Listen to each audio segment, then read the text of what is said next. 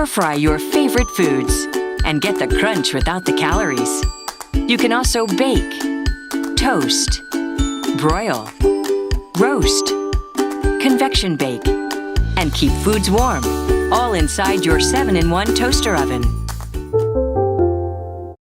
This is GE, General Electric's answer to the air fryer. In this video, I'm going to do two things. I'm going to tell you all about this particular big, powerful, gourmet GE air fryer. Then I'm also going to talk just a little bit about air frying, some air frying basics in case you haven't used one of these things. The GE air fryer, here's how it works. It's basically got a couple of modes, and this is just a straight up oven door, just straight up. We are making some potatoes right now. It's got a bunch of different modes. You select the modes right here with this dial, spin them around. Right now it's on air fry. You can select toast, oven, convect, not convect, all that stuff. And then over here is a timer. So for more time, you just crank it up, crank it down. That's the power button. Really simple.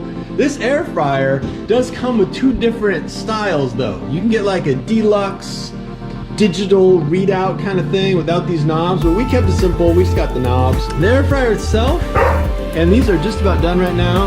The air fryer itself is, like you can see, it's just a straight up oven. It's just like a mini oven. We got our potatoes in a basket. You will air fry in a basket as much as you can because that allows the air to circulate and cook the food. Cooks it from the bottom and the top and all that.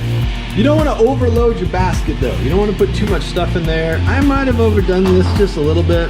This is just garlic potatoes. I would recommend, if you're air frying, just add a little bit of oil. It just tastes so much better, a little olive oil. But a lot of people air fry without olive oil or any oils because they're going healthy. They want it to be really good, and you can cook without oil. My wife does that, and it still tastes really good. A couple more things about the air fryer. It does heat up. This whole unit gets pretty hot. This is a convection oven. It's called an air fryer, but they're really just little convection ovens. That just means there's airflow in there, and there's airflow coming out the back, a little bit. When we use this air fryer, we pull it out from the cabinets, you know, just so it doesn't heat up back there. Then when it's not in use, we do slide it back. You can see it fits under a standard cabinet, but this is a bigger air fryer. It's one of the biggest you can actually find. A lot of air fryers are small. They're almost like the size of a jug of water. They're almost like the size of a food processor or something, like really small, just put a few things in them. This thing has multiple trays, it's big. You can do like cookies or multiple fillets in here. Like it's a good size oven.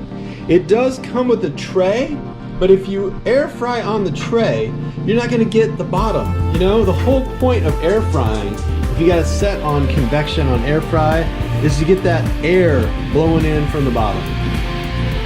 The air comes in from the bottom and it just makes it crispy and cooked all the way around. All right, so this is the GE air fryer. It is the deluxe air fryer from GE. There are definitely some more basic models. We've been really happy with this one. We've been using it for 4 or 5 months, something like that, and it hasn't let us down.